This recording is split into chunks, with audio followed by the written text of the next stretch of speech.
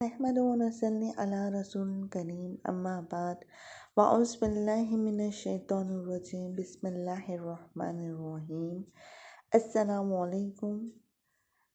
امید ہے آپ سب ٹھیک ہوں گے۔ آج جو ہے وہ نبی اکرم صلی اللہ علیہ وآلہ وسلم کی سیرت طیبہ سے متعلق معلومات کا جو سلسلہ ہے وہ جاری ہے۔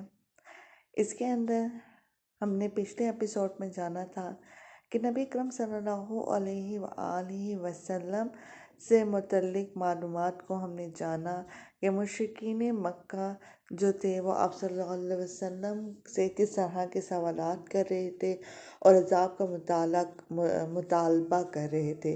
اسی دوران انہوں نے کیا کیا کہ مکہ کے مشرکینوں نے 2 یہودی عالموں کے پاس آدمی بھیجے۔ یہ یہودی عالم مدینے میں رہتے تھے۔ دونوں قاصدوں نے یہودی عالموں سے ملاقات کی اور ان سے کہا، ہم آپ کے پاس اپنا ایک معاملہ لے کر آئے ہیں۔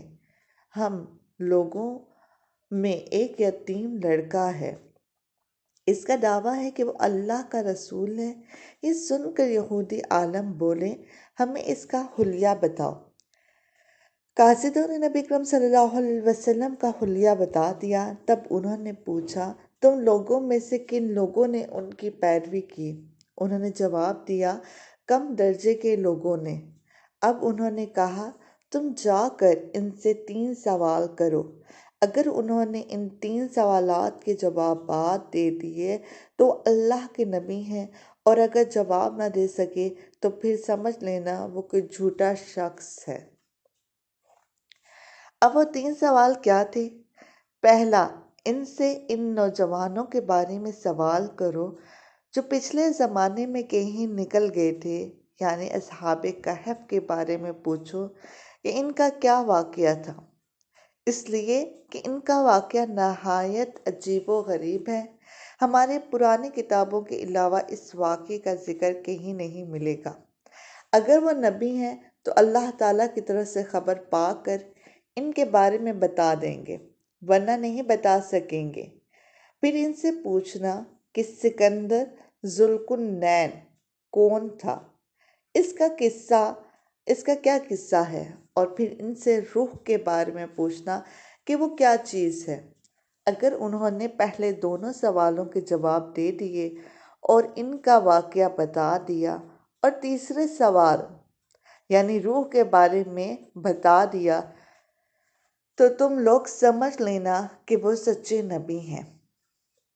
اس صورت میں تم ان کی پیروی کرنا۔ یہ لوگ یہ 3 سوالات لے کر واپس مکہ آئے اور قریش سے کہا، ہم ایسی چیز لے کر آئے ہیں کہ اس سے ہمارے اور محمد کے درمیان فیصلہ ہو جائے گا۔ اس کے بعد انہوں نے ان سب کو تفصیل سنائی۔ اب یہ مشرکین نبی اکرم صلی اللہ علیہ وسلم کے پاس آئے۔ انہوں نے آپ سے کہا، اے محمد، اگر آپ اللہ کے سچے رسول ہیں تو ہمارے 3 سوالات کے جوابات بتا دیں۔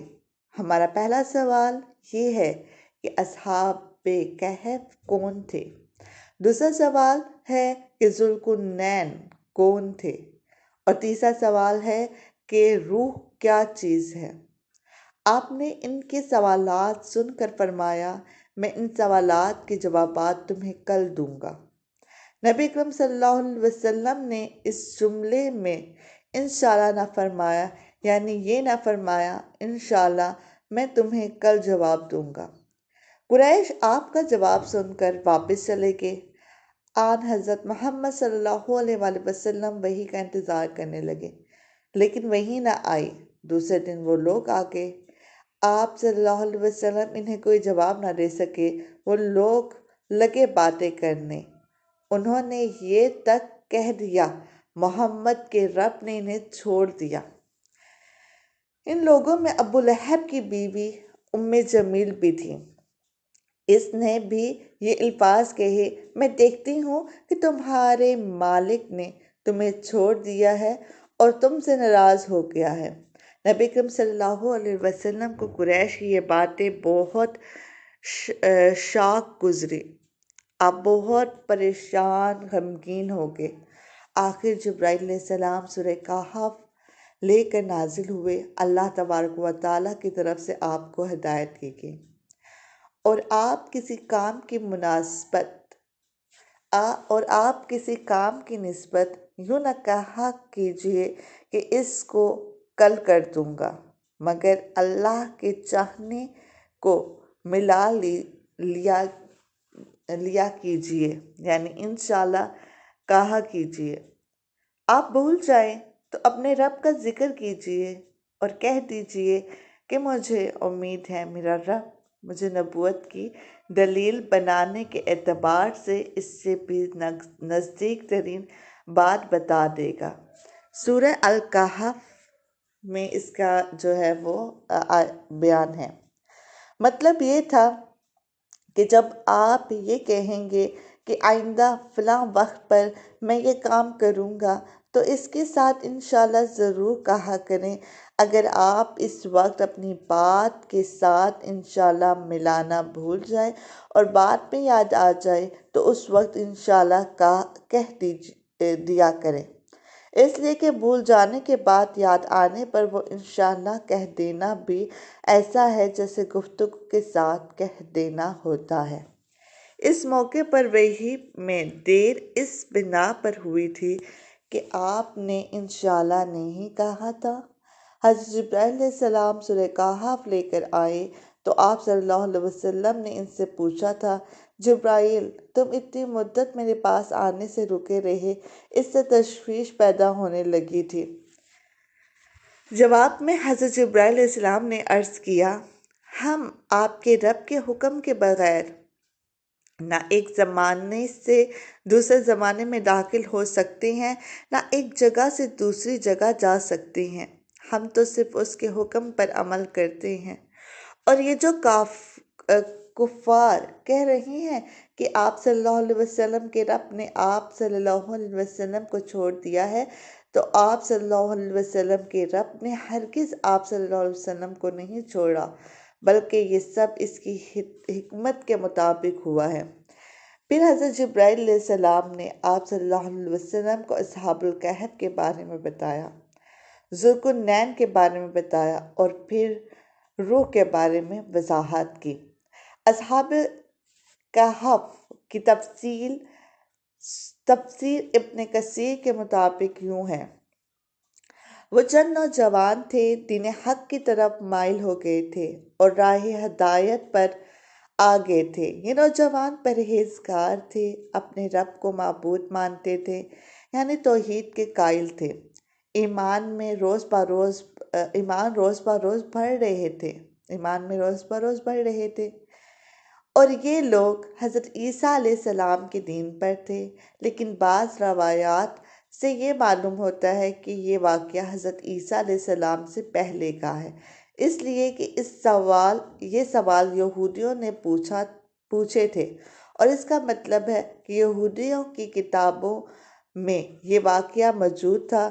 اس سے یہی ثابت ہوتا ہے کہ یہ واقعہ حضرت عیسیٰ علیہ السلام سے پہلے کا ہے۔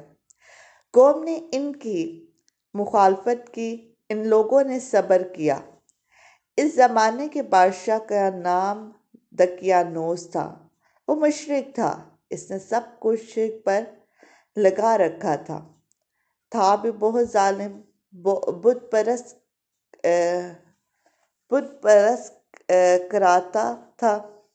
پرست تھا اور لوگوں سے بھی یعنی بت پرستی کرواتا تھا۔ اس کے علاوہ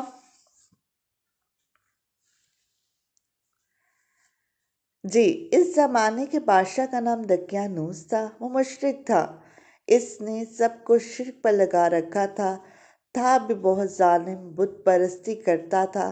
وہاں سالانہ میلہ لگتا تھا۔ یہ نوجوان اپنے ماں باپ کے ساتھ اس میلے میں گئے، وہاں انہوں نے بت پرستی ہوتے دیکھی، یہ وہاں سے بیزار ہو کر نکل آئے اور سب ایک درخت کے نیچے جمع ہو گئے۔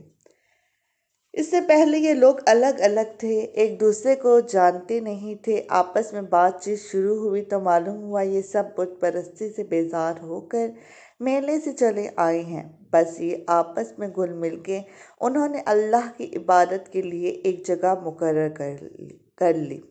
رفتہ رفتہ مشرک قوم کو ان کے بارے میں پتہ چل گیا۔ وہ انہیں پکڑ کے بادشاہ کے پاس لے گئے۔ بادشاہ نے ان سے سوالات کیے تو انہوں نے نہایت دلیری سے شرک سے بری ہونے کا اعلان کیا۔ بادشاہ اور درباریوں کو بھی توحید کی دعوت دی۔ انہوں نے صاف کہہ دیا، ہمارا رب وہی ہے جو آسمان اور زمین کا خالق ہے، اور یہ ناممکن ہے کہ ہم اس کے سوا کسی اور کی عبادت کریں۔ ان کی اس صاف گوئی پر بادشاہ بگڑا۔ اس نے انہیں دھمکایا، ڈرایا اور کہا کہ اگر یہ باز نہ آئے تو میں انہیں سخت سزا دوں گا۔ بادشاہ کا حکم سن کر ان میں کوئی کمزوری پیدا نہ ہوئی۔ ان کے دل اور مضبوط ہو گئے، لیکن ساتھ ہی انہوں نے محسوس کر لیا کہ یہاں رہ کر وہ اپنی دینداری پر قائم نہیں رہ سکیں گے۔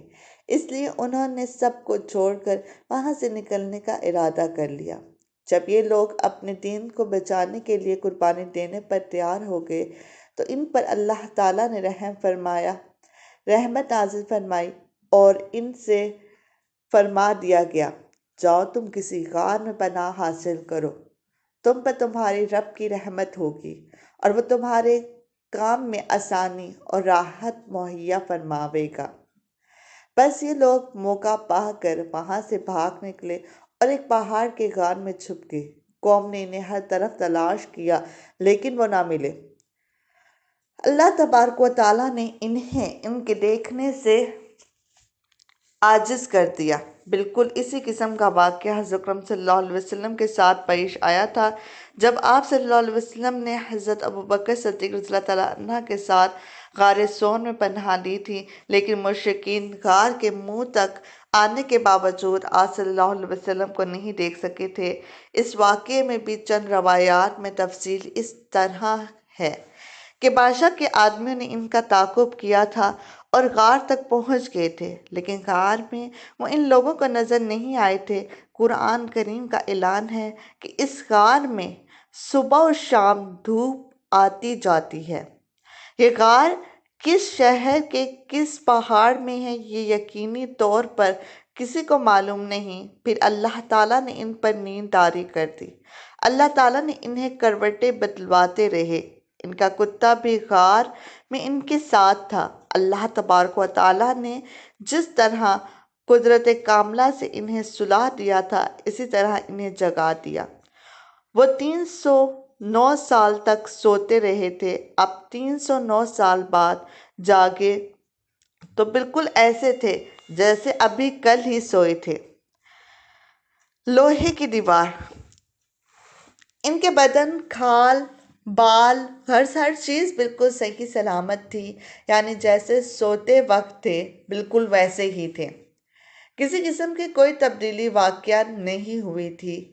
وہ آپس میں کہنے لگے، کیوں بھئی، بھلا ہم کتنی دیر تک سوتے رہے ہیں؟ ایک نے جواب دیا، 1 دن یا اس سے بھی کم۔ یہ بات اس نے اس لیے کہی تھی کہ وہ صبح کے وقت سوئے تھے اور جب جاگے تو شام کا وقت تھا، اس لیے انہوں نے یہی خیال کیا کہ وہ 1 دن یا اس سے کم سوئے ہیں۔ پھر ایک نے یہ کہہ کر بات ختم کر دی، اس کا درست علم تو اللہ کو ہے۔ اب انہیں شاید بھوک پیاس کا احساس ہوا۔ انہوں نے سوچا بازار سے کھانا منگوانا چاہیے۔ پیسے ان کے پاس تھے، ان میں سے کچھ وہ اللہ کے راستے میں خرچ کر چکے تھے، کچھ ان کے پاس باقی تھے۔ ایک نے کہا، ہم میں سے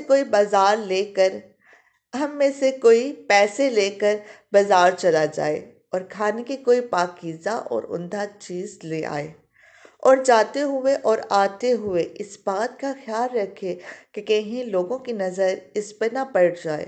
سودا خریدتے وقت بھی ہوشیاری سے کام لے، کسی کی نظر میں نہ آئے۔ اگر انہیں ہمارے بارے میں معلوم ہو گیا تو ہماری خیر نہیں، دقیانوس کے آدمی ابھی تک ہمیں تلاش کرتے پھر رہے ہیں۔ چنانچہ ان میں سے ایک غار سے باہر نکلا، اسے سارا نقشہ ہی بدلا نظر آیا۔ اب اسے کیا معلوم تھا کہ وہ 309 سال تک سوتے رہے ہیں۔ اس نے دیکھا کوئی چیز اپنے پہلے حال پر نہیں تھی۔ شہر میں کوئی بھی ایسا جانا پہچانا نظر نہ آیا۔ یہ حیران تھا، پریشان تھا اور ڈرے ڈرے انداز میں آگے بڑھ رہا تھا۔ اس کا دماغ چکرا رہا تھا، سوچ رہا تھا کل شام تو ہم اس شہر کو چھوڑ کے گئے ہیں، پھر یہ اچانک کیا ہو گیا؟ جب زیادہ پریشان ہوا تو اس نے اپنے دل میں فیصلہ کیا، مجھے جلد از جلد سودا لے کر اپنے ساتھیوں کے پاس پہنچ جانا چاہیے۔ آخر وہ ایک دکان پر پہنچا، دکاندار کو پیسے دیے اور کھانے پینے کا سامان طلب کیا۔ دکاندار اس کے سکے کو دیکھ کر حیرت زدہ رہ گیا۔ اس نے وہ سکہ ساتھ والے دکاندار کو دکھایا اور بولا، بھائی ذرا دیکھنا یہ سکہ کس زمانے کا ہے؟ اس نے دوسرے کو دیا۔ اس طرح سکہ کئی ہاتھوں میں گھوم گیا۔ کئی آدمی وہاں جمع ہو گئے۔ آخر انہوں نے اس سے پوچھا، تم یہ سکہ کہاں سے لائے ہو؟ تم کس ملک کے رہنے والے ہو؟ جواب میں اس نے کہا، میں تو اسی شہر کا رہنے والا ہوں، کل شام ہی کو تو یہاں سے گیا ہوں۔ یہاں کا بادشاہ دقیانوس ہے۔ وہ سب اس کی بات سن کر ہنس پڑے اور بولے، یہ تو کوئی پاگل ہے، اسے پکڑ کے بادشاہ کے پاس لے چلو۔ آخر اسے بادشاہ کے سامنے پیش کیا گیا۔ وہاں اس سے سوالات ہوئے۔ اس نے تمام حال کہہ سنایا۔ بادشاہ اور سب لوگ اس کی کہانی سن کر حیرت زدہ رہ گئے۔ آخر انہوں نے کہا، اچھا ٹھیک ہے، تم ہمیں اپنے ساتھیوں کے پاس لے چلو، وہ غار ہمیں بھی دکھاؤ۔ چنانچہ سب لوگ اس کے ساتھ غار کی طرف روانہ ہوئے۔ ان نوجوانوں سے ملے اور انہیں بتایا کہ دقیانوس کی بادشاہت ختم ہوئے 3 صدیاں بیت چکی ہیں اور اب یہاں اللہ کے نیک بندوں کی حکومت ہے۔ بہرحال ان نوجوانوں نے اپنی بقیہ زندگی اسی غار میں گزاری اور وہیں وفات پائی۔ بعد میں لوگوں نے ان کے اعزاز کے طور پر پہاڑ کی بلندی پر ایک مسجد تعمیر کی تھی۔ ایک روایت میں یہ بھی ہے کہ جب شہر جانے والا پہلا نوجوان لوگوں کو لے کر غار کے قریب پہنچا تو اس نے کہا، تم لوگ یہیں ٹھہرو، میں جا کر انہیں خبر دوں۔ اب یہ ان سے الگ ہو کر غار میں داخل ہو گیا۔ ساتھ ہی اللہ تعالیٰ نے ان پر پھر نیند طاری کر دی۔ بادشاہ اور اس کے ساتھی اسے تلاش کرتے رہ گئے، نہ وہ ملا اور نہ ہی وہ غار انہیں نظر آیا۔ اللہ تعالیٰ نے ان کی نظروں سے غار کو اور سب کو چھپا دیا۔ اس کے بارے میں لوگ خیال ظاہر کرتے رہے کہ وہ 7 تھے، 8واں ان کا کتا تھا، یا وہ 9 تھے، 10واں ان کا کتا تھا۔ بہرحال ان کی گنتی کا صحیح علم اللہ ہی کو ہے۔ اللہ تعالیٰ نے اپنے نبی اکرم صلی اللہ علیہ وسلم سے ارشاد فرمایا، ان کے بارے میں زیادہ بحث نہ کریں اور نہ ان کے بارے میں کسی سے دریافت کریں، کیونکہ ان کے بارے میں لوگ اپنی طرف سے باتیں کرتے ہیں، کوئی صحیح دلیل ان کے پاس نہیں۔ مشرکین کا دوسرا سوال تھا، ذوالقرنین کون تھا؟ انشاءاللہ یہ ہم آپ کو کل بتائیں گے کہ ذوالقرنین کون تھا۔